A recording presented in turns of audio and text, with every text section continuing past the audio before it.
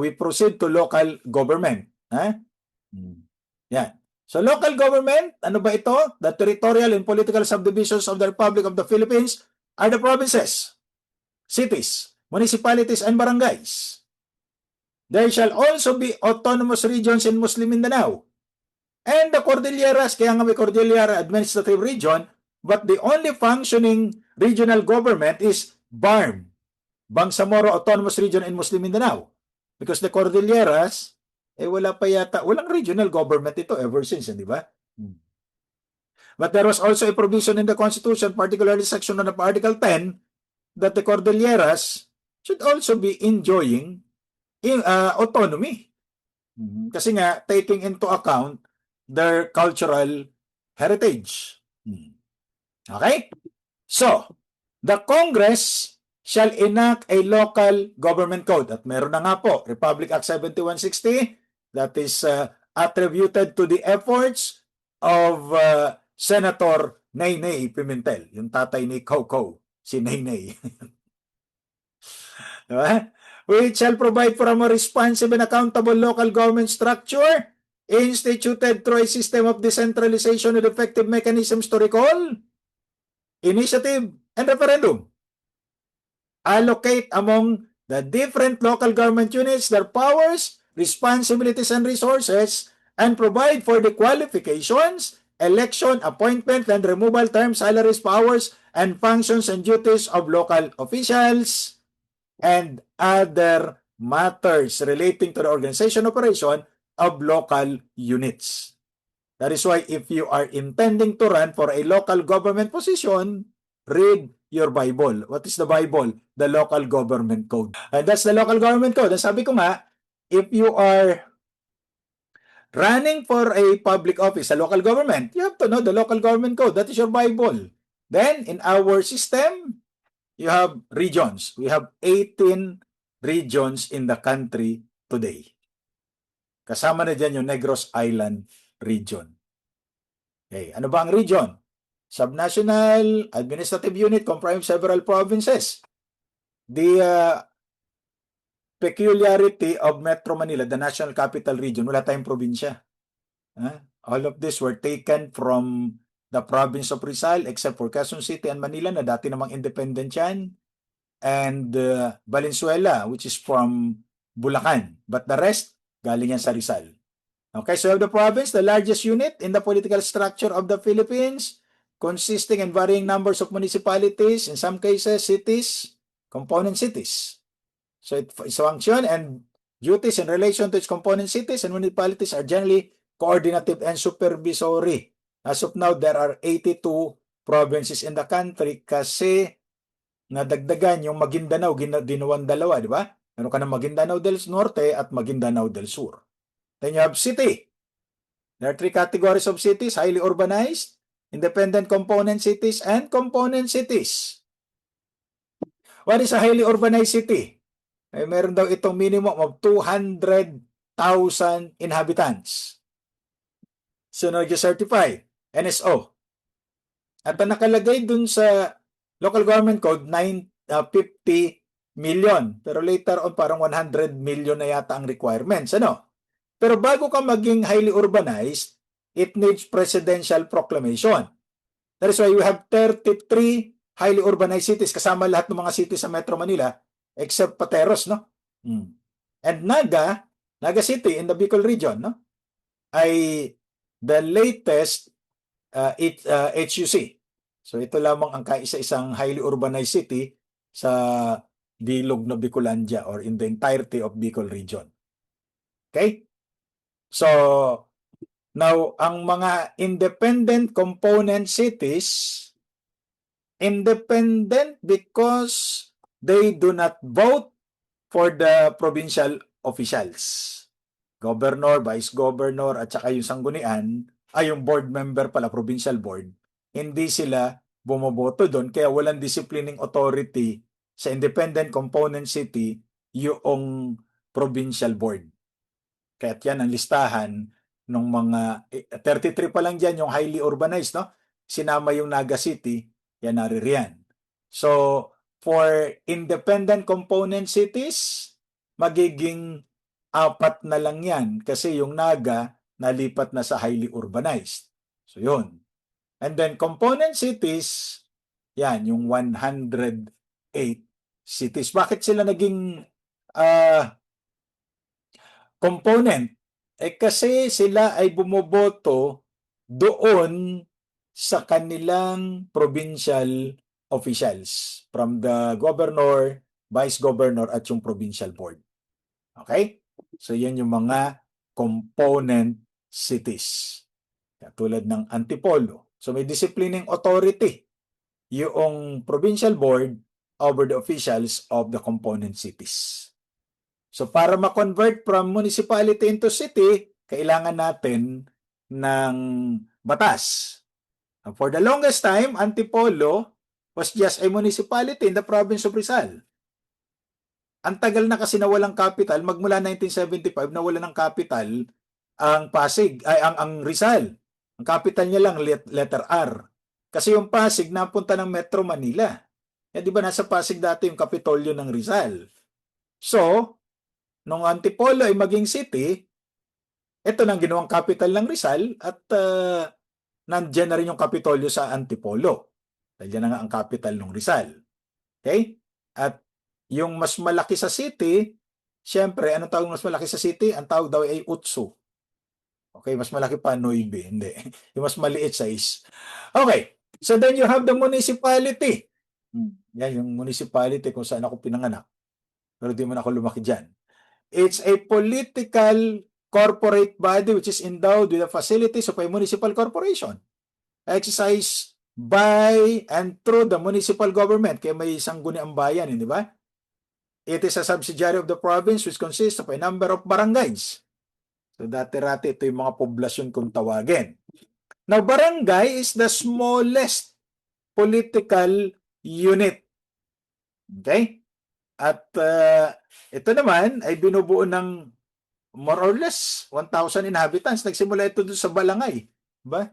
O, kaya lang parang galing ako ng Butuan, baka may mga taga-Butuan dito, hindi ko nakita yung Balangay doon sa National Museum doon. May National Museum branch doon, wala na yung bangka. Ito ba yung pinadala na dito sa Manila? Ayan. So in the country, ito as of last year, 2026 ngayon, we have 18 regions, 82 provinces, 149 cities. Oh, ilan yung Utsu? Ay, 1493 municipality at yung barangay 42,011. Okay. So you have the local government code based on Article 10 of the Constitution. And Section 10 of Article 10, ang sabi diyan, the Constitution regulates inter alia or among others, the creation, division, merger, abolition of LGUs, as well as the demarcation of boundaries among. Kaya diyan nag-aaway yung mga munisipyo katulad nung Taguig at Makati, di ba? Although panalo na nga yung Taguig. Article 10, Section 10 of the Basic Law requires that substantial alterations in LGU boundaries should be made in accordance with the criteria established in the local government code and subject to approval by a majority vote cast in a plebiscite in the political units directly affected. So take note, directly affected. Okay? Now, a local government unit may be created, divided, merged, abolished, or its boundary substantially altered by law, enacted by Congress, in the case of a province or city, municipality, or other political subdivision, or by ordinance passed by the Sangguniang Panlalawigan or Sangguniang Panlunsod concerned in case of a barangay na nandun sa kanilang territorial jurisdiction. Ito, may batas para i-divide yung Palawan into 3, ay kung nga sa inyo, ayaw ng mga tao. Kasi, hindi naman Palawan pala 2 pala 3. Palawan del Norte, Palawan Oriental, dapat central, di ba, nasa gitna.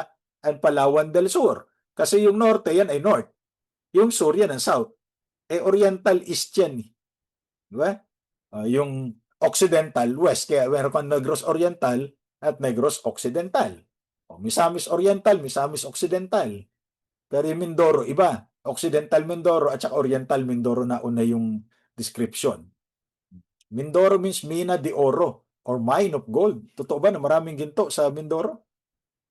But according to the Supreme Court, only Congress can create provinces and cities. Because the creation of provinces and cities necessarily includes the creation of legislative district. So kapag ka nag-create ka ng province or city, may legislative district, mag-create ka ng congressional office. And therefore, a power only Congress can exercise under Section 5, Article 6 of the Constitution and under Section 3 of the ordinance appended to the Constitution.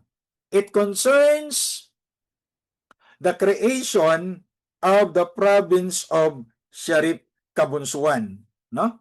Province of Sharif Kabunsuan na kinuha from Lanao del Sur yata, tapos yung Maguindanao and some parts of Cotabato, yung mga barangay. So ginawang province of Sharif Kabunsuan. And therefore, nagkaroon ng eleksyon, di siyempre sa Pilipinas, pagka may eleksyon, may nananalo, at yung hindi nanalo, siyempre dinaya. So yung dinaya, nagpunta sa Korte Suprema. At ang sabi niya, dinaya siya, and therefore, dapat inalify yung eleksyon. Walang problema dun sa dayaan kasi wala daw dayaan. But on the second issue of constitutionality of the creation of Sharif Kabunsuan, ang sabi ng Korte Suprema, that's unconstitutional. Because what created the province is just an ordinance. From whom? From the Muslim Mindanao Regional Assembly. Kasi noon pa man may ARMM.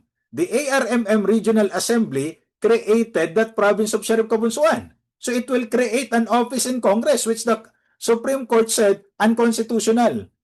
Because only Congress can create provinces and cities. Because the creation of provinces and cities would necessarily create congressional districts. So hindi pwede yun. And remember that local government units are agents of the national government. Wala kinalaman yung picture. Municipal governments are only agents of the national government. Local councils exercise only delegated legislative powers conferred on them by Congress as the national lawmaking body.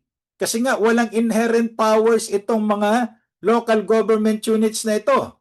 The powers they exercise like eminent domain, police power, and taxation, they are all delegated to them by Congress through proper delegation via the local government code.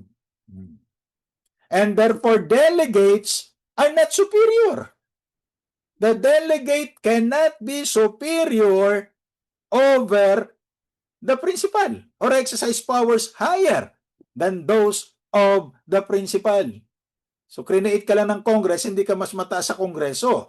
It is a heresy to suggest that the local government units can undo the acts of Congress from which they have derived their power in the first place and negate by mere ordinance the mandate of the statute. Kasi pinayagan halimbawa ng Kongreso na mag-operate yung isang casino, binigyan ng franchise doon sa isang city. Nagpasa ng ordinansa yung city at pinapaalis, binaban yung binigyan ng franchise ng Kongreso. Hindi po pwede yun. Kasi you owe your existence from Congress. So you cannot undo what the Congress has done through legislation. Although, merong local autonomy. We talk about local autonomy, di ba? In furtherance of the state's policy to foster genuine and meaningful local autonomy. Bakit ba kasi natin gusto ng autonomy? Kasi pag walang autonomy, lahat na lang ng desisyon manggagaling sa Malacanang, centralized. So sabi nila, mabagal ang serbisyo. And remember, may mga lugar na napakalayo sa Metro Manila na hindi aabutin ng basic services kung iaasa natin sa national government. So that's the reason why nagkaroon ka ng mga local government units, and for them to function effectively, they should be granted certain degree of autonomy. the national legislature delegated the exercise of police power to local government units as agents of the state. Such delegation can be found in Section 16 of the Local Government Code, which embodies the General Welfare Clause. Oh. What about the police power? Police power of local government units is delegated and exercised through the respective legislative bodies. It's not by the mayor, but by the legislative bodies. While police power rests primarily with the national legislature, such power may be delegated, and it is now delegated via Section 16 of the Local Government Code. This is known as the General Welfare Clause that encapsulates the delegated police power to local government units. Okay? So maliwanag tayo, ha?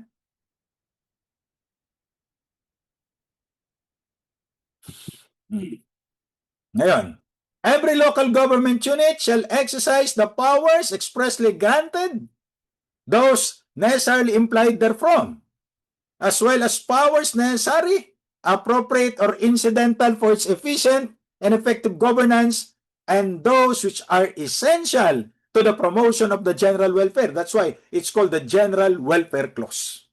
Ano ang kasama sa general welfare?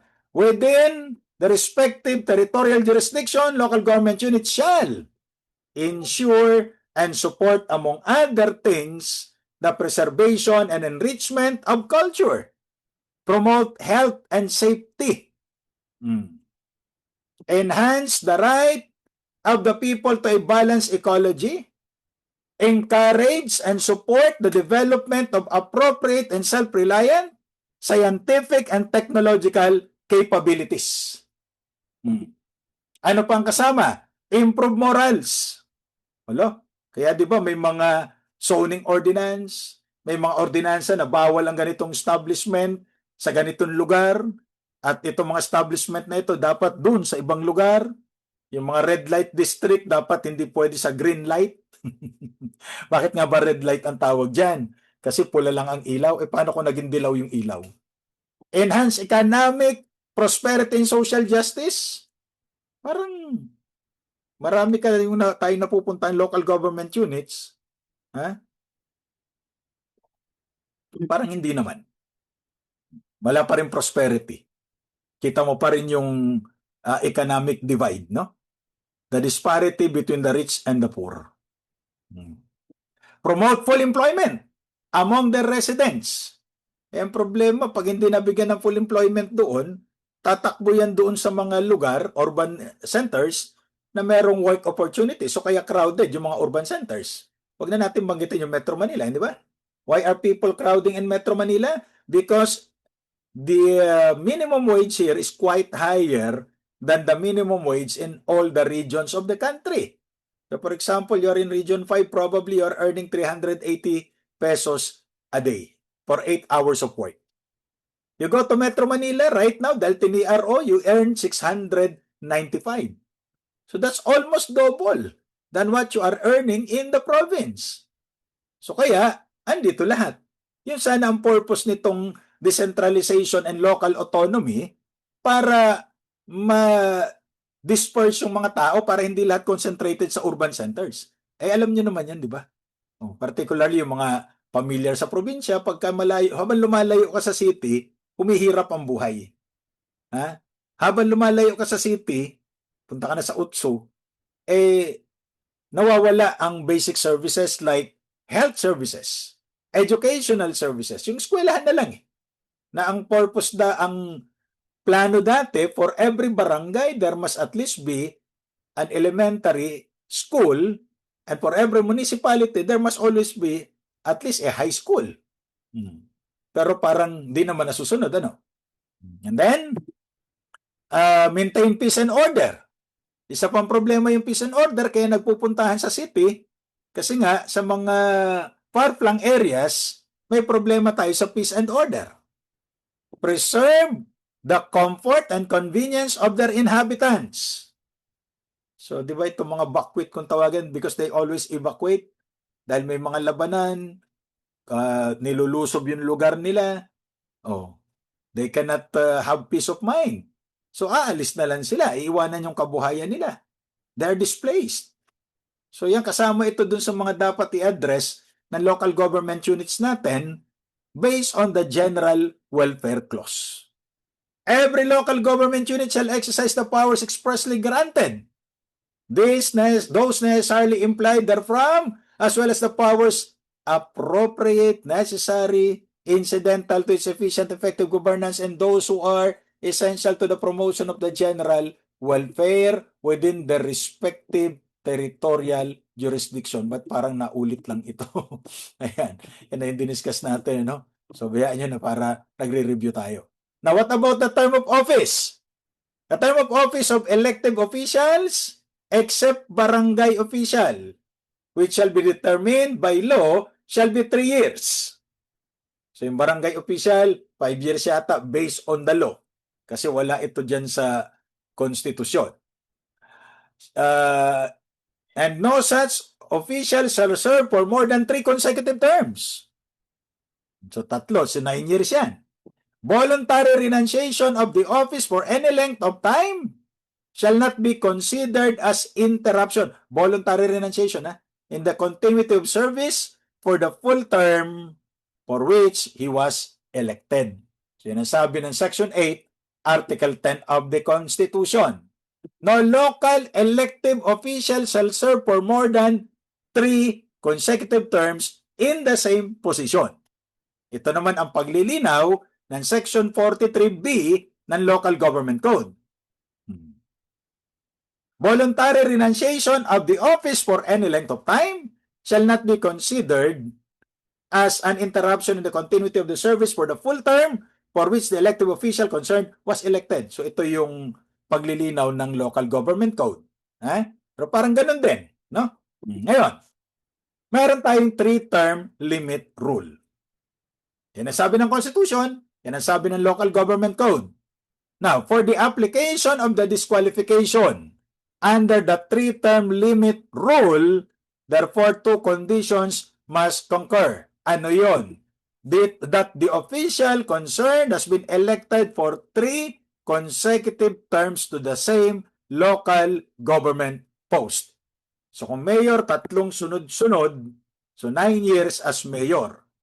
Pag natapos yung term niyan, 3 years, hindi na siya pwede mag-mayor, kaya siya naman ang mag-congressman at yung kanya namang asawa o anak o kapatid ang mag-mayor. So palitan lang.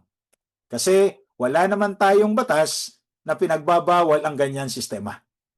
Because under the Constitution, particularly Article 2, Section 26, if I memory serves me right, kailangan magkaroon ng equal opportunity for public service and prohibit political dynasty as may be defined by law. 39 years old na po ang Constitution natin, wala pa tayong batas ni isa defining for purposes of prohibition what political dynasty is.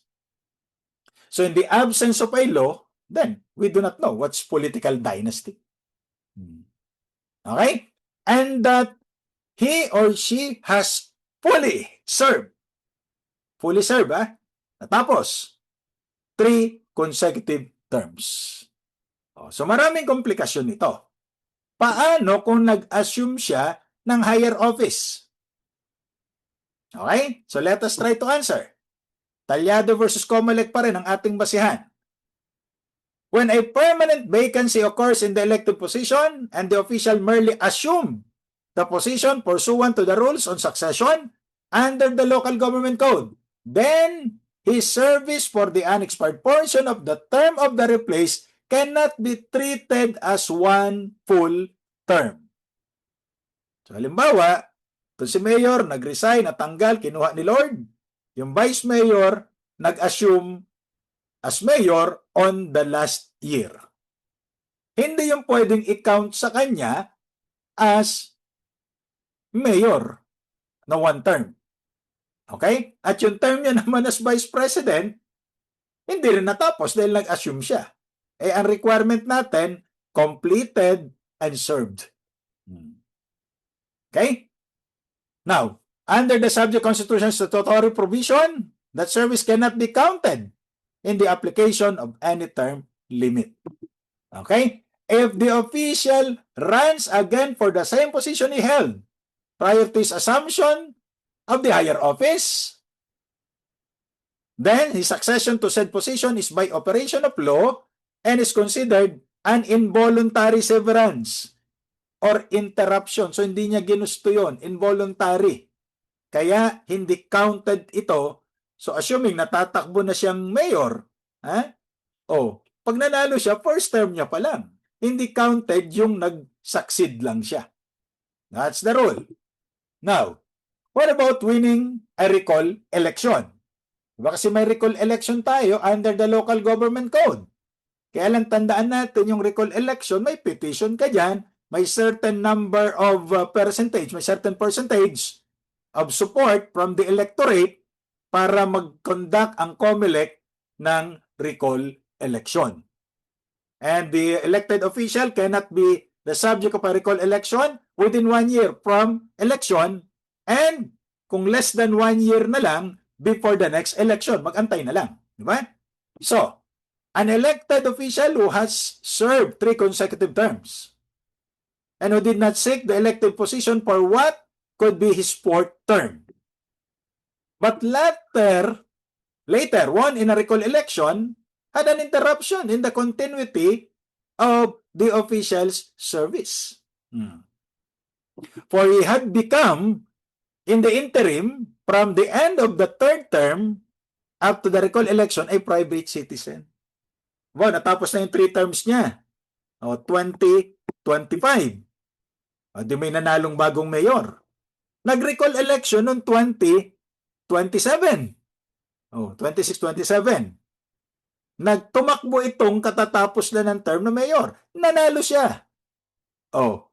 Private citizen siya. Matapos yung term niya, yung June 30, 2025. Hanggang sa manalo siya sa recall election. So, hindi siya barred from running. Ang galing, no? Ayan. Now, what about conversion of LGU? Etong mayor ng munisipyo, eventually naging city yung kanyang municipality. So, nawala na yung municipality, naging city na. The abolition of an elective office due to the conversion of a municipality to city does not by itself work to interrupt the incumbent officials' continuity of service. So, mayor ka pa rin naman eh.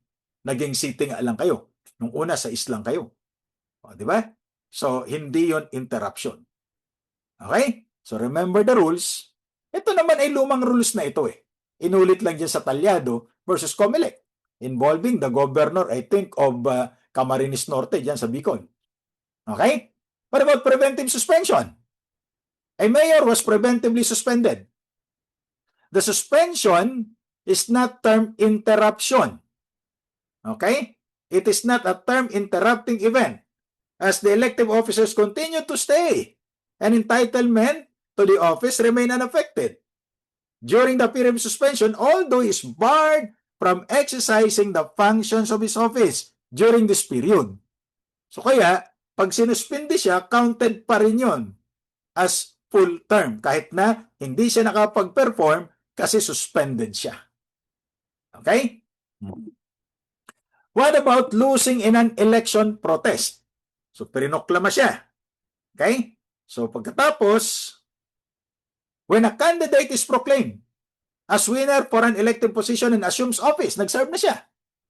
His term is interrupted when he loses in an election protest and is ousted from office, thus disenabling him from serving what could otherwise be the unexpired portion of his term of office and had the protest been dismissed. So therefore, anong epekto? The break or interruption need not be for a full term of 3 years for the mayor, hindi major, major part of the 3-year term. And an interruption for any length of time, provided the cause is involuntary, is sufficient to break the continuity of service. So natalo sa election protest, kaya napalitan siya dahil in-install yung nanalo. O di interrupted yung term niya. O, pwede pa ulit siyang tumakbo. Kasi hindi niya na-serve and completed kasi involuntary yun, tinanggal siya eh. Ang voluntary yung pagre-resign. Okay? Now, kasi bakit pinagbabawal yung voluntary renunciation? Kino-consider. Kasi ganito, no? Halimbawa, naka 3 terms na siya, pang 8 years niya na. Ay di magna 9 years na siya sa susunod na eleksyon. Hindi na siya pwede. Ang gagawin niya, magre-resign siya dun sa 8th year niya. O di tatakbo uli siya. So that can circumvent. Kaya pagka nag-resign ka for whatever reason, counted yun. Okay. Defeated but able to serve full term. When an official is defeated in an election protest and said decision becomes final after said official had served the full term for said office, then his loss in the election contest does not constitute an interruption since he has managed to serve the term from start to finish. Halimbawa, 3 years yung term, 2025 to 2028. Lumabas yung desisyon, tapos na yung term niya. Oh, talo pala siya.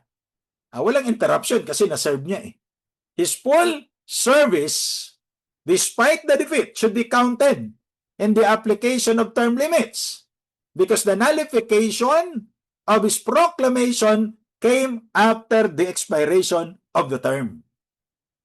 Katulad nung palagi kong binabanggit ito, no? Amores versus House of Representatives Electoral Tribunal. Pinapa-disqualify yung party list representative ng SIBAC party list. Election 2007.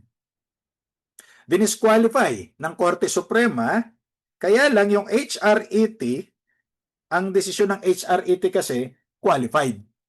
Okay? So ito yung Congressman Villanueva at the time, Joel Villanueva.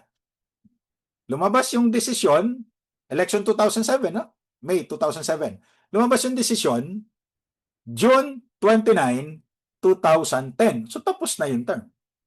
So counted na yun as one.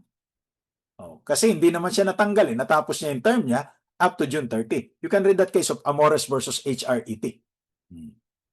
So ganun din dito. Na-serve niya yung full term niya, pero later on, talo pala siya. Pero lumabas yung desisyon, tapos na yung term. May mga ganyan eh. They counted June. Kasi nakapag-serve siya eh. Now, what about involuntary interruption? Based on the foregoing, there is involuntary interruption in the term of an elective official when there is a break in the term as a result of the official's loss of title to the office. Either tinanggal siya pero hindi yung suspension kasi yung suspension hindi counted. Tinanggal siya or nakuwaranto siya, whatever, di ba? An interruption occurs when the term is broken because the office holder lost the right to hold on to his office and cannot be equated with the failure to render service. Therefore, the latter occurs during an office holder's term when he retains title to the office but cannot exercise his function for reasons established by law. So may interruption. Diba? Because the office holder lost the right to hold this office. Kaya, hindi counted. Ngayon, what about failure to serve? Of course, failure to serve cannot be used once the right to office is lost. Without the right to hold office or to serve, then no service can be rendered. So that none is really lost. Yan ang sabi ng Korte Suprema dyan. Okay? So puntahan naman natin yung vacancies and succession. Paano ba natin isosolve itong mga vacancies na ito at yung possible succession? Ano? If a permanent vacancy occurs in the office of the governor or mayor, obviously, it's the vice governor or vice mayor that shall become the governor or mayor. If a permanent vacancy occurs in the offices of the governor or vice governor, mayor or vice mayor, the highest ranking sanggunian member, or in case of his permanent inability, the second highest ranking sanggunian member. shall become the governor, vice governor, mayor, vice mayor, as the case may be. Sino ba yung highest ranking? Ito yung pinakamalaki ang boto, pinakamaraming boto. So nirarank sila based on the number of votes. Okay? Now, subsequent vacancies in the said offices shall be filled automatically by the other Sangguniang members according to their ranking as herein defined. The ranking base dun sa boto yan eh. Now, if a permanent vacancy occurs in the office of the punong barangay, the highest ranking Sangguniang barangay member, or in case of permanent inability, the second highest ranking Sangguniang member shall become the punong barangay. What about tie? A tie between or among the highest ranking Sangguniang member shall be resolved by drawing of lots. Eh, nag-tie lang eh. So mag-draw lots kayo. O kaya toss coin. Draw lots ang ginagawa eh. The successors as defined therein shall only serve the unexpired term of their predecessors. Now, for the purpose of this chapter, a permanent vacancy arises when an elected local official fills a higher vacant office. So nawala si mayor, si vice mayor aakyat as mayor, edi wala ng vice mayor. Yung highest ranking sanggunian member ang uupo. O kaya refuses to assume. O di may permanent vacancy ka. Fails to qualify. Kaya dies. Yan ay kaso ng permanent vacancy. Or is removed from office. Voluntarily resigns. Or otherwise permanently incapacitated to discharge the functions of his office. Take a look at the case of the mayor of Davao City right now. So, paano ba ito? Hindi naman siya remove, hindi naman siya nag-resign. Ay, hindi lang siya makapag-function kasi nasa dahig. So, the vice mayor assumes the office of the mayor. O, sino ngayon magba-vice mayor? Yung highest ranking sanggunian member. Now, for the purpose of this, of succession, as provided in the chapter, the ranking in the sanggunian shall be determined on the basis of the proportion of votes obtained by its winning candidate to the total number of registered voters in the district in the immediately preceding local election. Ilang porsyento ba nakuha mo sa mga boto? Practically, yung number of votes pa rin ang pinagbabatayan. Now, under Section 45 of the Local Government Code, permanent vacancies in the sanggunian where automatic succession provided above do not apply shall be filled by appointment in the following manner. Kung hindi mag-a-apply yung rule na ito, no? Ito na, the President through the Executive Secretary in the case of the sangguniang panlalawigan, the sangguniang panglungsod, or highly urbanized cities, and independent component cities. Bakit? Eh kasi baka independent yung vice mayor, o the highest ranking. O eh sino papalit? Dapat yung kapartido no nag-cause ng vacancy, ano? Eh, pero kung walang party yung nag-cause ng vacancy, at ang party niya ay party ng party, eh sino ipapalit natin? Okay? Now, in the case of sangguniang panlunsod of component cities and sangguniang bayan, it's the governor. Now, the city or municipal mayor, in the case of barangay, upon the recommendation of the sangguniang barangay concerned. So, yan yung ating rule on succession if ever there is permanent vacancy. In the case of Damasen versus Tumamaw, since the permanent vacancy in the sanggunian occurred because of the elevation of LDP member Alonso to vice mayor, o LDP member siya, it follows that the person to succeed her should also belong to the LDP as to preserve party representation. Sino nag-cause ng vacancy? Yung vice mayor, di ba? na from Sanggunian, naging vice mayor siya. So siya ngayon ay papalitan ng tao na kapartido niya. Thus, this court cannot countenance Damasen's insistence in clinging to an appointment when he is not, in fact, not a bona fide member of the LDP. Kasi kung sino yung kaninong partido kabilang yung tao na nag-cause ng vacancy, yan dapat ang partido na maglalagay ng kapalit.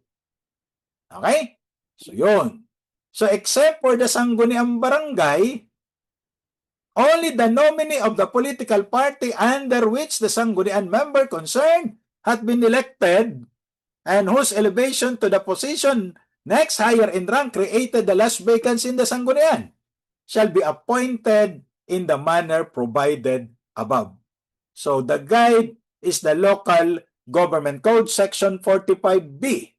The appointee shall come from the same political party as that of the Sanggunian member who caused the vacancy and shall serve the unexpired term of the vacant office.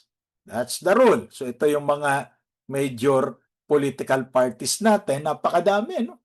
Tala sa Amerika, dalawa lang ang party. Democratic at Republican. Now, in the appointment herein mentioned, a nomination in a certificate of membership of the appointee from the highest official of the political party concerned are conditions sine qua non. Sino bang highest? O baka yung chairman o baka yung presidente ng partido. And any appointment without such nomination and certification shall be null and void, ab initio, and shall be a ground for administrative action against the official responsible therefore. Of course, it follows. Okay? Now, in case of permanent vacancies caused by a Sanggunian member who does not belong to any political party, the local chief executive shall, upon recommendation of the Sangguniang concerned, appoint a qualified person to fill the vacancy. Okay? Maliwanag tayo dito, ha? Now, in case of vacancy in the representation of the youth and the barangay in the Sanggunian, said vacancy shall be filled automatically by the official next in rank of the organization concerned. Kasi may mga sectoral representative ito sa Sanggunian. So kung yung sector na ito ang youth sector, so sila ang nag-cause ng vacancy, then doon manggagaling yung ipapalit natin. Okay? Okay, the decisions of the Congress may be brought to the Supreme Court on a petition for certiorari. That's within the power of the Supreme Court, yung tinatawag natin expanded power of judicial review, no? As ruled in the case of Duterte versus House of Representatives and the earlier case of Francisco versus House of Representatives, no? Okay? On who replace a vacant position formerly holding an appointed position, is it counted against him? Hindi. Hindi rin counted yun kasi nag-substitute lang siya, hindi served and completed. Expulsion of Congressman Barsagues voluntary, counted as term served or not?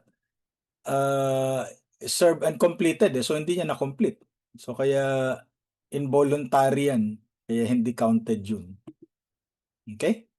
At saka pwede ba siyang tumakbo uli bilang congressman? Pwede, kasi wala namang disqualification unless meron siyang specific disqualification, di ba? Okay, so again, let us share the screen. Kasi removal from office is not a disqualification among the qualifications of the members of the House of Representatives. So puntahan natin yung local ordinance, no? Local ordinances, however laudable, their objectives might are not to contravene the state enacted legislation.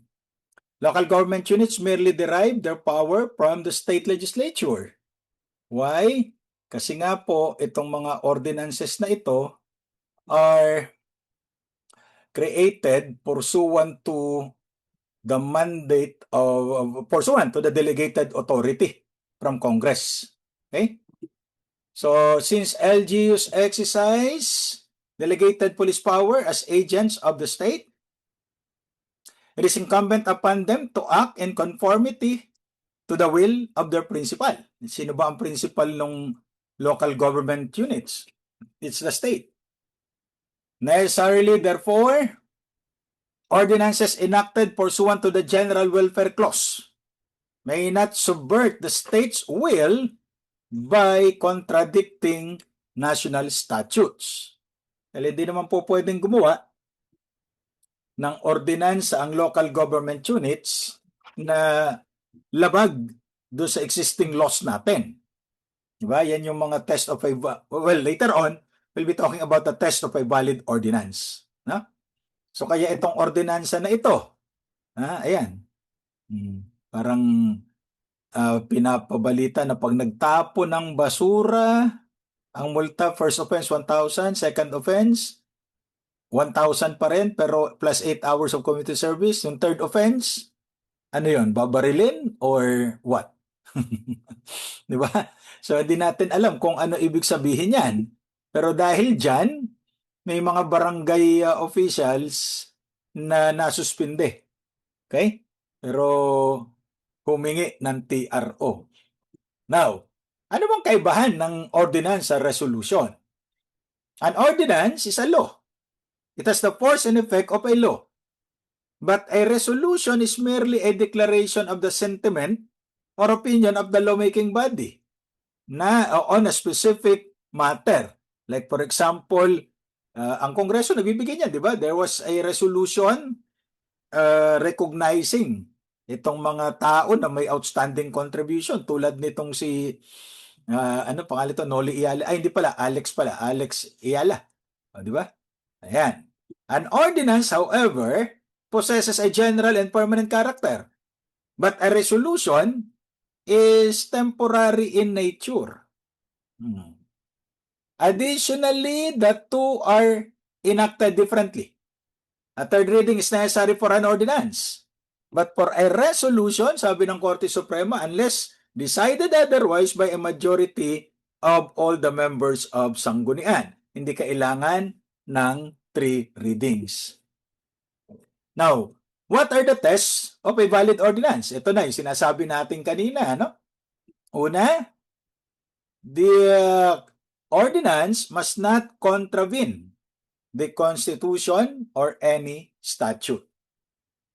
Pagka kasi yan ay labag sa saligang batas, kung yung batas nga nagawa ng Kongreso, paglabag sa Constitution, dinideclare na unconstitutional. Di ba? Must not be unfair or oppressive. Therefore, it must be fair. It must not be oppressive. It must not be partial or discriminatory. Natural. Kasi mababiolate ito pagka partial yan. It will violate the Equal Protection Clause of the Constitution. No discrimination. There must be equal, tawag dito, yung equal protection. And then, must not prohibit but may regulate trade. Kasi kahit na yung exercise of police power by the state is merely regulatory, not prohibitory. Of course, there are things that may be prohibited pagdating sa trade. Unless the trade is illegal, it's merely regulatory and not prohibition. Okay? Must be general and consistent with public policy and must not be unreasonable. That's the case of Legazpi versus City of Cebu, but that was taken from the old case of Birac Atatel versus Municipality of Birac, di ba? Yung mga test of a valid ordinance. Okay, so the rationale of the requirement that ordinances should not contravene a statute is obvious. Natural, the spring cannot go beyond its source. Ano ba ang source niyan? Congress. The law created by Congress, which is also based on the Constitution. Municipal governments are only agents of the national government. Therefore, local councils, ito yung Sanggunian, no? Exercise only delegated legislative powers conferred on them by Congress as a national law-making body. So therefore, an ordinance cannot go beyond the scope of the powers mandated by law for that sanggunian to create. The delegate cannot be superior to the principal or exercise powers higher than those of the principal. It is a heresy to suggest that the local government units can undo the acts of Congress from which they have derived their power in the first place and negate by mere ordinance the mandate of the statute as already mentioned earlier. Ito naman yung pagtatayo nga ito yata ng casino somewhere in Cagayan de Oro na ino-oppose nung sanggunian via municipal ordinance. Okay? Now, when Congress created the Metro Manila Development Authority, MMDA, via Republic Act 7924 in 1995, according to the Supreme Court, there is no syllable in RA 7924 that grants MMDA police power, let alone legislative power. So MMDA is not authorized to issue an ordinance because it has no delegated police power. So, question. How does MMDA implement the rules? The rules are not made by MMDA. MMDA ang nagpapatupad, but it's the local government units in Metro Manila, as I said earlier in the discussion, itong Metro Manila as a region is peculiar in nature because it has no provinces, only cities, 16 of them, and one municipality, that is Pateros. 16 cities and one municipality. And when we were young, ang minimemorize namin ay 4 cities and 13 municipalities. Kasi ang city lang noon ay Manila, siyempre, ever since. Quezon City, Pasay, and Caloocan, those were the only 4 cities in Metro Manila.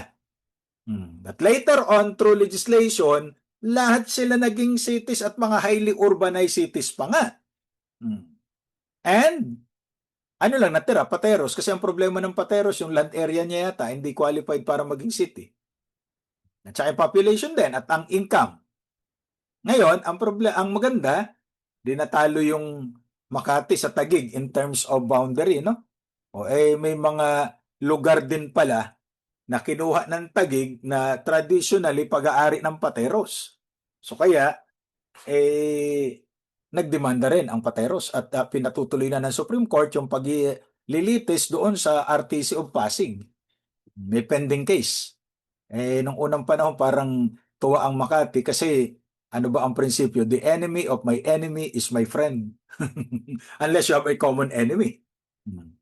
So, itong mga local government units in Metro Manila, 17 of them would pass an ordinance. Minsan uniform yung ordinance and that would be the one to be implemented by the MMDA. But MMDA cannot pass an ordinance because it has no delegated police power as expressly mandated in Republic Act 7924. At yan din ang ruling ng Korte Suprema in that case of MMDA versus Garin. Okay? Now, every ordinance, just like every law, na mayroong presumption of constitutionality, every ordinance is presumed to be constitutional or valid unless the courts declare the contrary in clear and unequivocal terms. The mere fact that the ordinance is alleged to be unconstitutional or invalid will not entitle a party to have its enforcement enjoined.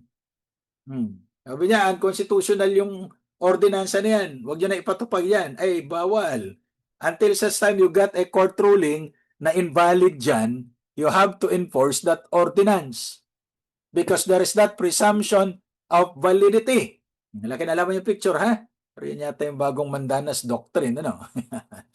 Municipal ordinances are inferior in status and subordinate to the laws of the state. Therefore, local government units have no power to regulate conduct already regulated by the state legislature. Sinabi na nga may franchise na itong casino na ito. Bakit nyo pa i-oppose? Kasi maraming mga local government units ang ayaw dahil pinoproteksyonan yung moral, yung morality. Diba? Maging sugarol yung mga tao. Maraming na lululong sa sugal. Hindi na nga nila kailangan magtayo pa ng casino para magsugal yung mga tao, di ba? Dahil marami ng online anong tawag doon? Online gambling. At nauso yan, maraming pogo sa Pilipinas. Okay? So how is ordinance approved? Section 54A of the Local Government Code to be presented to the local chief executive. Gawa yung sanggunian. Let's say ito yung sanggunian panlunsod. After 3 readings din yan, di ba? O dadaan sa 3 readings, done on separate days. Kasi nga, kung ano yung nasa Constitution, yan ang dapat sundin at saka naka sa Local Government Code din naman. To be presented to the local chief executive o si Mayor. Pag inaprobahan ni Mayor, pirmahan niya lahat ng pages. Pagka ayaw niya, ibito niya at ibalik sa sanggunian. Isa lang naman ang sanggunian niya. Hindi katulad sa presidente, kung saan nag-originate yung bill, doon niya ibabalik. Now, if the sanggunian wants to comply, para pirmahan na ni Mayor, di babaguhin nila. But if the sanggunian concerned is adamant, wanting to override the veto power of the local chief executive, ano ang gagawin nila? They get a 2/3 vote of all the members. And even without the signature of the mayor, then the ordinance becomes effective. Now, if the mayor vetoes the ordinance, it shall be communicated by the local chief executive concerned to the sanggunian within 15 days in the case of a province. So si governor, bigay niya sa board, provincial board. 10 days in the case of a city or municipality. Regardless kung anong city yan o municipality, 10 days lamang. Otherwise, the ordinance shall be deemed approved as if he had signed it. So mas mabilis, ano? Kaysa bill, kapag hindi ito pinirmahan, hindi rin binito ng presidente, with the lapse of 30 days, the bill shall automatically become a law as if he has signed it. Yan nakalagay dun sa Article 7 ng Article 6 pala, Article 6, Section 27 of the Constitution. Okay? So may veto power nga ang local chief executive. May veto the ordinance of the Sangguniang Panlalawigan, Sangguniang Panlungsod, Sangguniang Bayan, on the ground that it is ultra vires or prejudicial to the public welfare, stating the reasons, therefore in writing. Now, the local chief executive, except the punong barangay, chief executive din naman ng barangay pero hindi siya kasali dito, shall have the veto power, shall have the power to veto any particular item or items in the appropriations ordinance. An ordinance or resolution adopting a development plan and public investment program, or an ordinance directing the payment of money or creating liability. Kasi may mga binabayaran itong mga sanggunian, ano? In such case, the veto shall not affect the item or items which are not objected to. So katulad din ito ng ating mga batas, if the President wants to veto the bill, it's all or nothing. Bawal ang item veto except on appropriations bill, bills increasing public debt, revenue bills, at saka yung general appropriations. No? Ayan. The vetoed item or item shall not take effect unless the sanggunian overrides the veto in the manner herein provided. Otherwise, the item or items in the appropriation ordinance of the previous year corresponding to those vetoed, if any, shall be deemed reenacted. So kaya pinapayagan lang ang item veto kahit naman sa presidente kapag ka ito ay appropriations. But all others, it's all or nothing. I-veto mo lahat, huwag mo nang i-veto. Pwede lang yung item veto kapag ka tax measure or appropriation. Basta tungkol sa pera. The local chief executive may veto an ordinance or resolution only once. Kasi binito niya once. Tapos in-override siya ng sanggunian. The sanggunian may override the veto of the local chief executive concerned by 2/3 vote of all its members, thereby making the ordinance effective even without the approval of the local chief executive concerned. Okay? So nariyan pa kayo, ha? Ayan. So, paano nire-review ang mga ordinansa? Well, I don't think it will be asked in the bar naman, but it is procedural na kasi, no? Makakatulong ito kapag kayo ay miyembro ng sanggunian o kaya kayo nagtatrabaho sa local government units, ano? Review of component city and municipal ordinance by resolution of the sangguniang panlunsod o sangguniang panlalawigan, as the case may be. Within 3 days after approval, the secretary to the sangguniang panlunsod or sangguniang bayan shall forward to the sangguniang panlalawigan for review copies of ordinance o copies of approved ordinances bago pirmahan ito or i-veto ni Governor. Sangguniang panlalawigan to, no?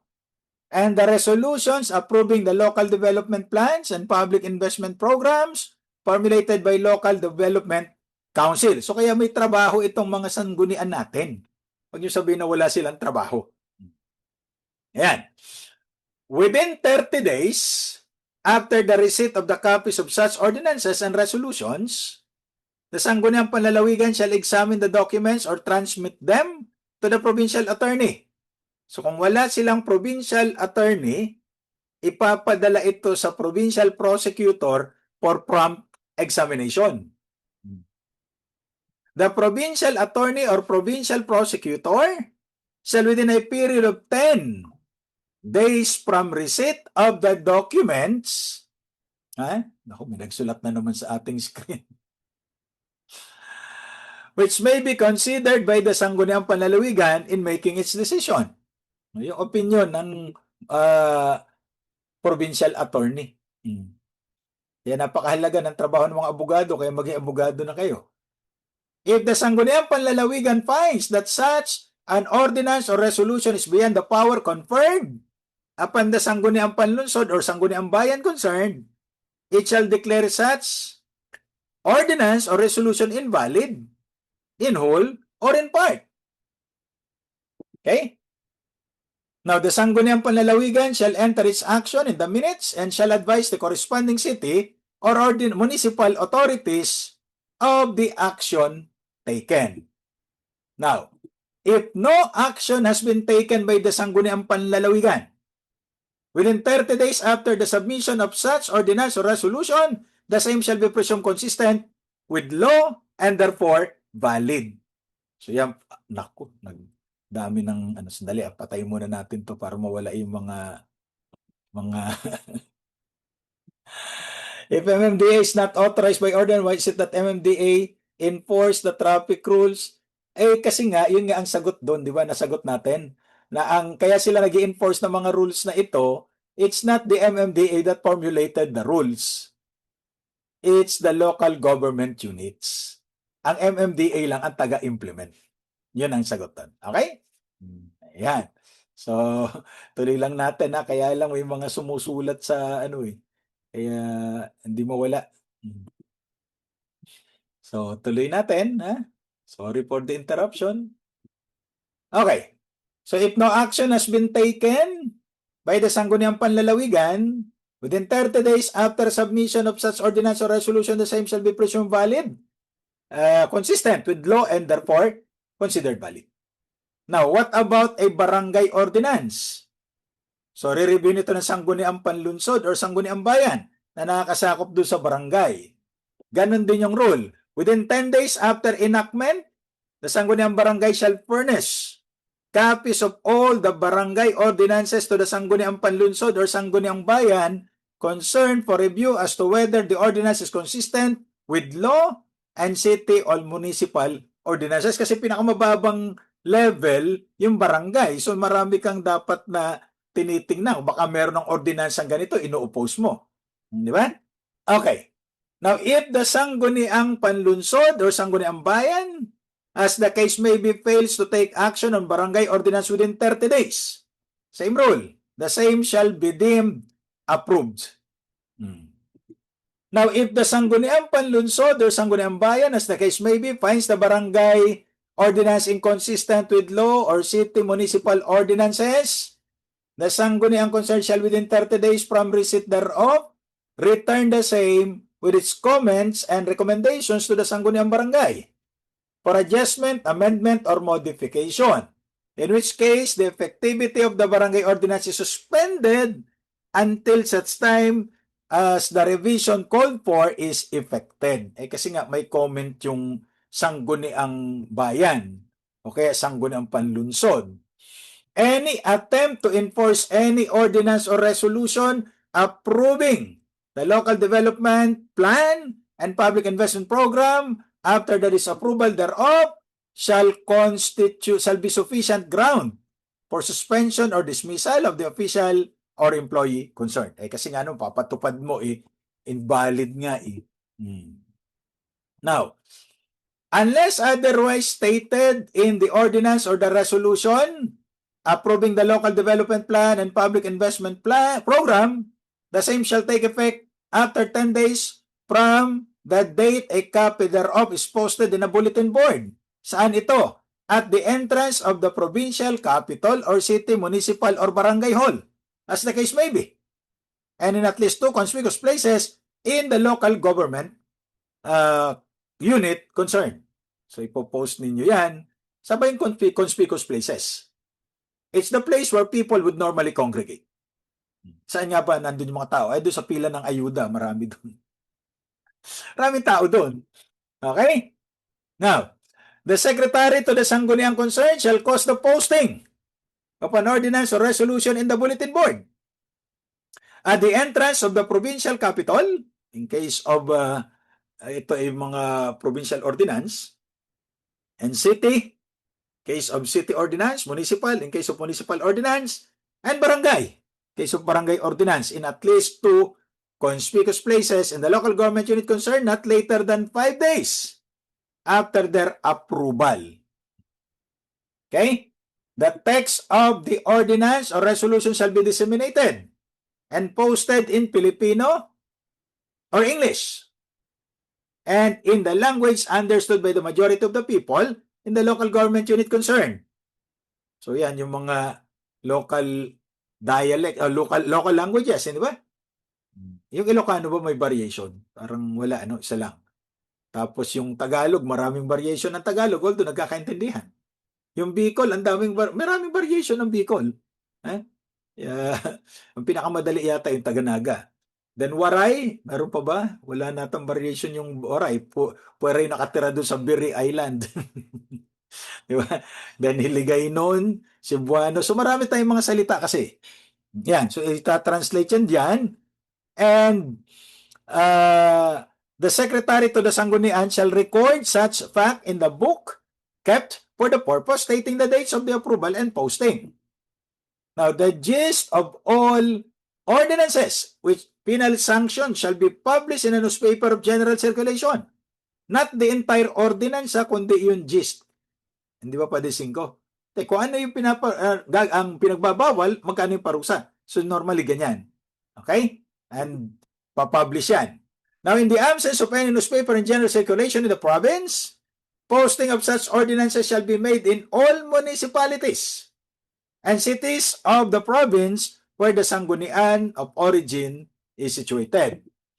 In the case of highly urbanized cities and independent component cities, walang pakialam sa kanila ang mga provincial sanggunian o sangguniang panlalawigan. So, provided that in the absence thereof, the ordinance or resolution shall be published in any newspaper of general circulation. Sa mga highly urbanized cities, independent component cities. Now, may contempt power ba ang sanggunian? Ano nga ba ang contempt power? The power to punish for contempt is indispensable to the administration of justice. It is an inherent power of courts, essential to the execution of the powers and to the maintenance of their authority. The purpose of contempt is twofold. Una, to protect the dignity, authority, and administration of justice through the punishment of those who disrespect or seek to put them in disrepute. And second, to compel the performance of an act or duty which one refuses to perform. It may also be exercised even without a pending case.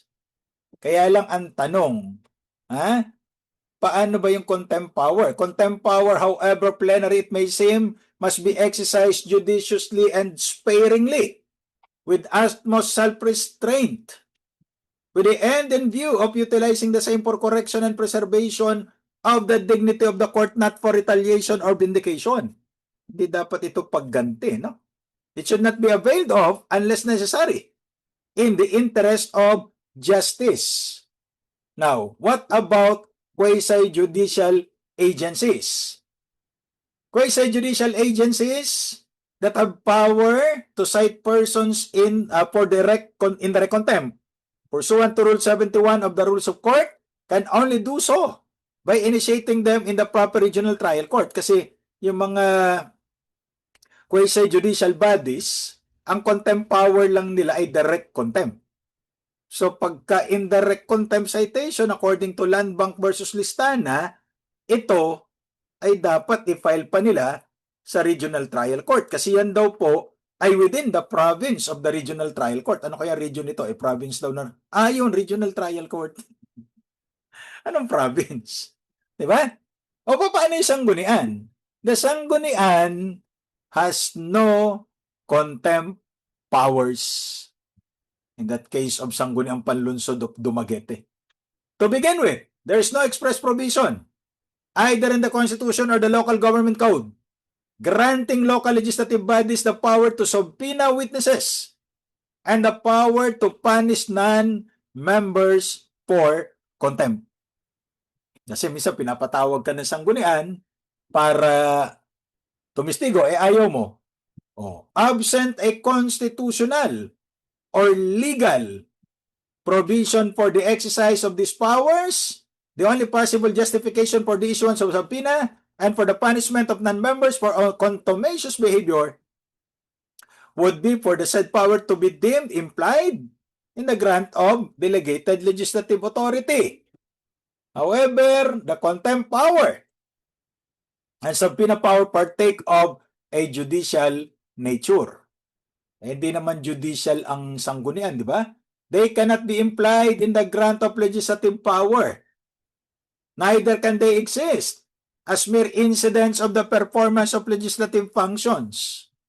To allow local legislative bodies or administrative agencies to exercise these powers without express authority, statutory authority, would run afoul of the doctrine of separation of powers. So, paano pag gusto nila i-contempt? Kasuhan mo ng contempt sa korte. Pero kayo mismo, hindi pwede. Thus, the contempt power as well as the subpoena power within the framers, which the framers of the fundamental law did not expressly provide, but which then Congress has asserted essentially for self-preservation. Kasi itong Kongreso merong contempt power, di ba? At pwede pang ipakulong yung mga na-cite in contempt. Pero sa mga local legislative bodies, wala silang contempt powers. Okay? We mentioned about land use and conversion earlier. So paano ba ito? Land use and conversion refers to the shift of land use from agricultural to non-agricultural purposes such as residential or commercial. Kasi general rule, agricultural land lang ang pwedeng ma-alienate or ma-dispose. Okay?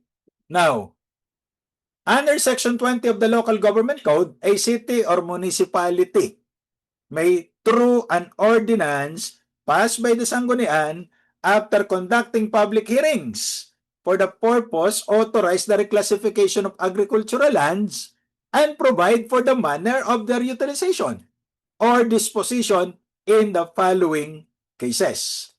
Ano yung following cases na ito? Now, if an island or a parcel of land has already been stripped of its forest cover, it does not negate the character as a public forest. So, hindi pa rin siya pwedeng i-convert. Diba? Yan ang sabi ng Federation of Coron Farmers versus Secretary of DNR.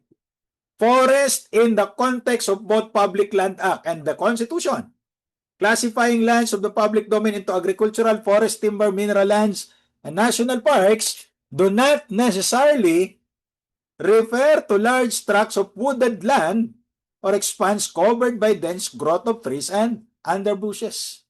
So kaya kahit nakalbo na, kung siya ay classified as forest land, you cannot reclassify that without an ordinance. So, when the land ceases to be economically feasible, ito na yung mga grounds natin, mga cases, and sound for agricultural purposes as determined by the Department of Agriculture. So, pwede na siyang ma-convert. Or where the land shall have substantially greater economic value for residential. Kaya nga may isang senador, sabi niya, kasi wala na tayong mapagtaniman ng palay dahil ginagawa niyo subdivision. Sabi naman ng isa pang senador, well, obviously, ito talaga sabihin niya, kailangan din naman ng mga magsasaka ng titirahan. Kaya yung mga lupa yung ginagawa subdivision. Pero dapat, merong reclassification based on an ordinance. Now, provided that such reclassification shall be limited to the following percentage of the total agricultural land area at the time of the passage of the ordinance. Bakit? Kasi mas importante pa rin yung agriculture because for our food security. Now, for highly urbanized and independent component cities, 15% lang ng agricultural land ang pwedeng i-convert or i-reclassify for residential or commercial. Ang Manila, Quezon City, wala namang agricultural lands na yung mga yan. Di ba? Kasi naunahan ang development bago pa itong local government code. For component cities and first to third class municipalities, 10% lang. Bakit ganon? Kasi mas mahalaga yung agrikultura. For 4th to 6th class, ano ba ang classification ng mga cities na ito? Pina-classify sila based on their income. For 4th to 6th class municipalities, 5% provided further that agricultural lands distributed to agrarian reform beneficiaries based on Republic Act 6657, the Comprehensive Agrarian Reform Law shall not be affected by the said reclassification in the conversion of such land into other purposes shall be governed by Section 65 of Republic Act 6657.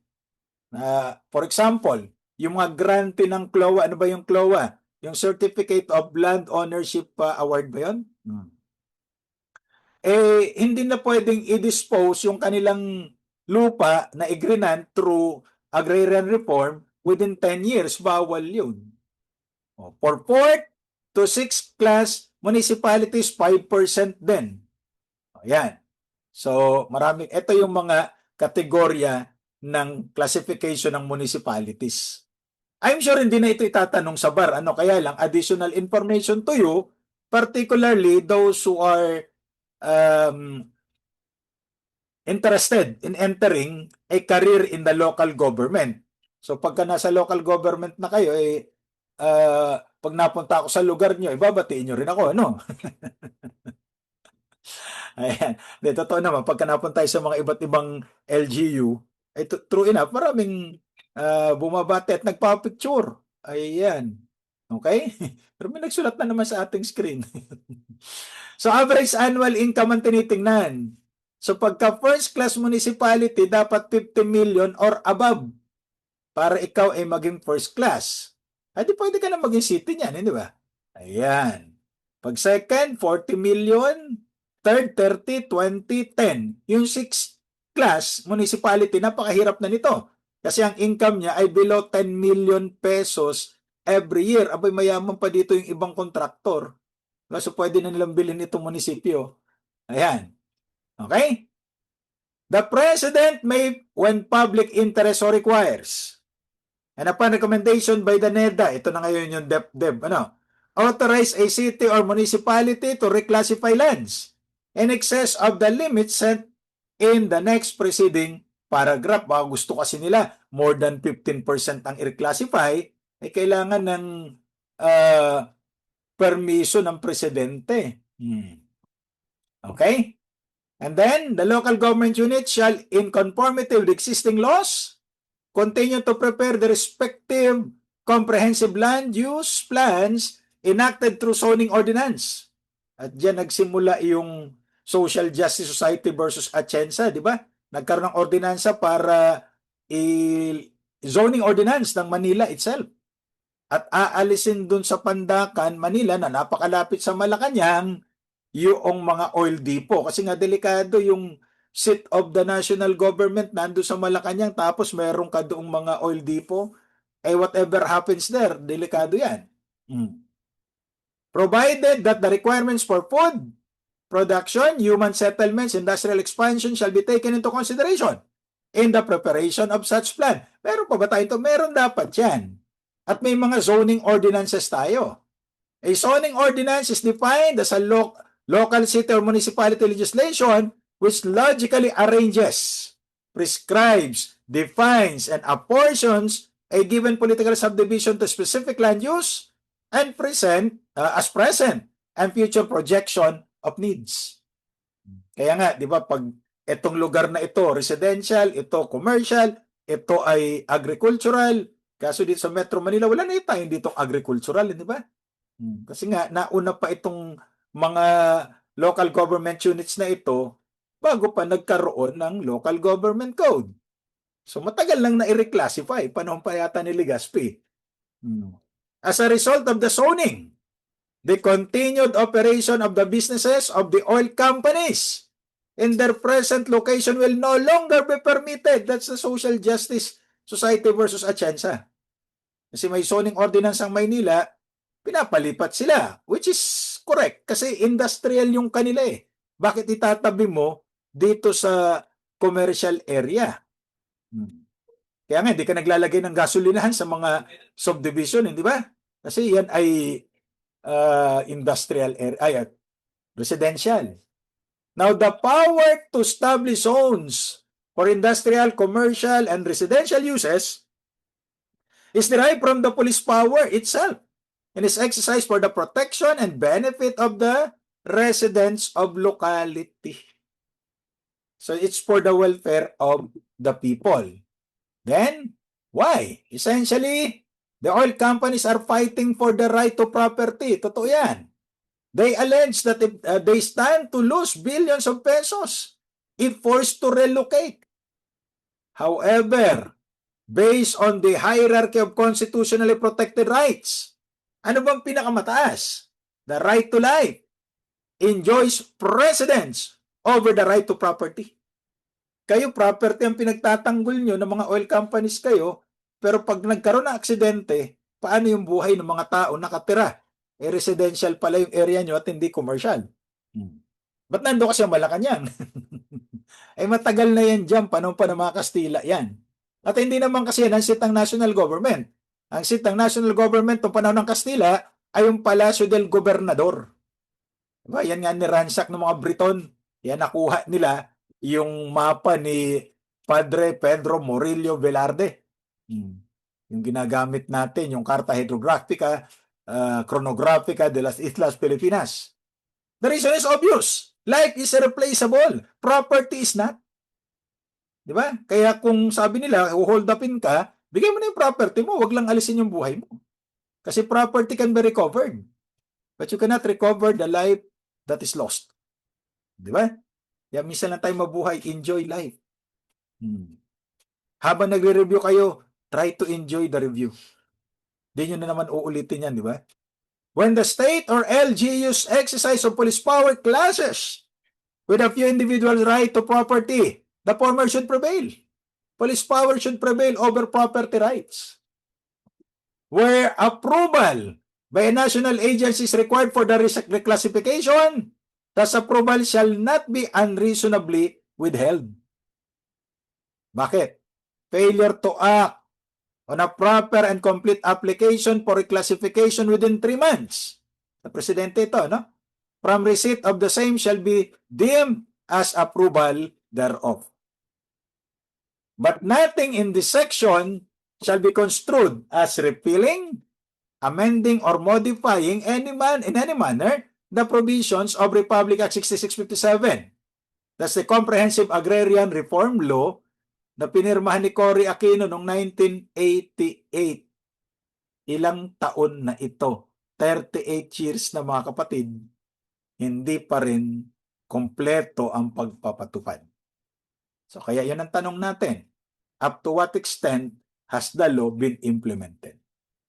Of course, dinidisiplina ang mga nasa local government units under Section 60 of the Local Government Code.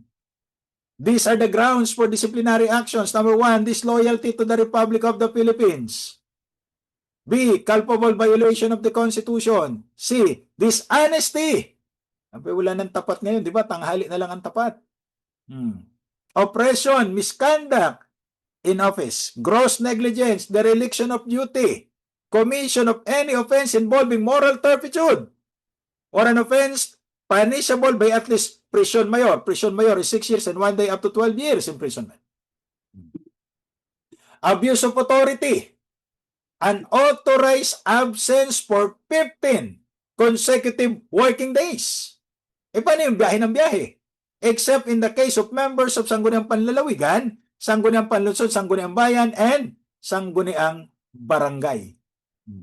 Bakit sila exempted? Kasi nga, the application for or acquisition of foreign citizenship of residence or status of an immigrant to another country, disqualification yan. Other grounds, as may provided in this code and other laws, and an elective official may be removed from office on the grounds enumerated above by order of the proper court. And that's the reason why the President cannot remove an elected LGU official. Sa Lalima versus Gingoon na pa yan. Di ba? Hanggang dito, sa 2008 case na ito, consistent yan that an elected local government official cannot be removed by the President. Only the court can remove. Of course, pati ang ombudsman, di ba? Now, paano mag-file ng complaint? Verified complaint dapat ito. A verified complaint against any elective official of the province, highly urbanized city, independent component city or component city shall be filed before the office of the President. Pero hindi nga pwede tanggalin ng Presidente. Now, the President of the Philippines shall exercise general supervision over local government units. But provinces, with respect to the component cities, municipalities, and cities to the municipality, with respect to component barangay, and so on. So yan ang hierarchy of discipline. Now, the Constitution vests the President with the power of supervision, not control. Kasi pag control, you lay down the rules and you implement the rules. But in supervision, the rules are there. The President does not lay down the rules. He only sees to it that the rules are followed. Such power enables him to see to it that LGUs and their officials execute their tasks in accordance with the law. While he may issue advisories and seek their cooperation in solving economic difficulties, he cannot prevent them from performing their task and using available resources to achieve their goals. He may not withhold or alter any authority or power given them by law. And what law? We are referring to the Local Government Code. Thus, withholding a portion of internal revenue allotments legally due to them. Kasi doon pa man sa Mandanas ruling, may automatic ng release ng kanilang IRA, Internal Revenue Allotment. Di ba? Hindi po pwedeng hadlangan ito ng Presidente. Now, letter B. A complaint against any elective official of a municipality shall be filed before the Sangguniang Panlalawigan, whose decisions may be appealed to the office of the President. And a complaint against any elective barangay official shall be filed before the Sangguniang Panlungsod or Sangguniang Bayan, kung nasa saan yung barangay. And also remember that the office of the Ombudsman shall act promptly on complaints filed in any form or manner. So walang sinusunod na form. Pwede nga anonymous complaint yan. Hindi lang natin napalitan yung Ombudsman bago na pala. Employees of the government or any subdivision thereof, instrumentality thereof, including GOCC and shall, in appropriate cases, notify the complainants of the action taken and the result thereof. Para alam naman ng complainant kung ano nangyari. The office of the Ombudsman was created by no less than the Constitution. We have that in Article 11, Section 12. Okay, it is tasked to exercise disciplinary authority over all elective and appointive officials, save only for impeachable officers. While Section 21 of the Ombudsman Act and the Local Government Code both provide for the procedure to discipline elective officials, and seeming conflicts between the two shall have been resolved in cases decided by this court. So may power ang Ombudsman to discipline and remove LGU officials. Okay? So yun. And of course, itong mga ito ay lesser known topics ito in political law, no? But somehow we have the opportunity to discuss it, and we are hoping that this discussion will bring forth good result insofar as your bar examination is concerned. Okay? So eventually, ito po yung mga inyong aaralin at magiging references. Ayan, tuloy lang natin at pupunta kayo dito sa YouTube channel na ito at syempre shout out dun sa mga saksi ni Duca. And many of life's failures are people who did not realize how close they were to success when they gave up. You are now on the final lap of your journey. Do not give up. But best of all, you keep praying. And be careful what you wish for because they might come true. Okay? Marami ang nagwi-wish na nagkakatotoo. So wish always for the good and for the better of everybody. So with that, I wish you all the luck. I will see you during the oath-taking. God bless you all. And thank you for listening. Daghang salamat sa pagpaminaw. Salamat sa indong pagdangog. Please don't forget to like, share, and subscribe to CD Duca Law, where law is made simple and life is made easier. See you next time!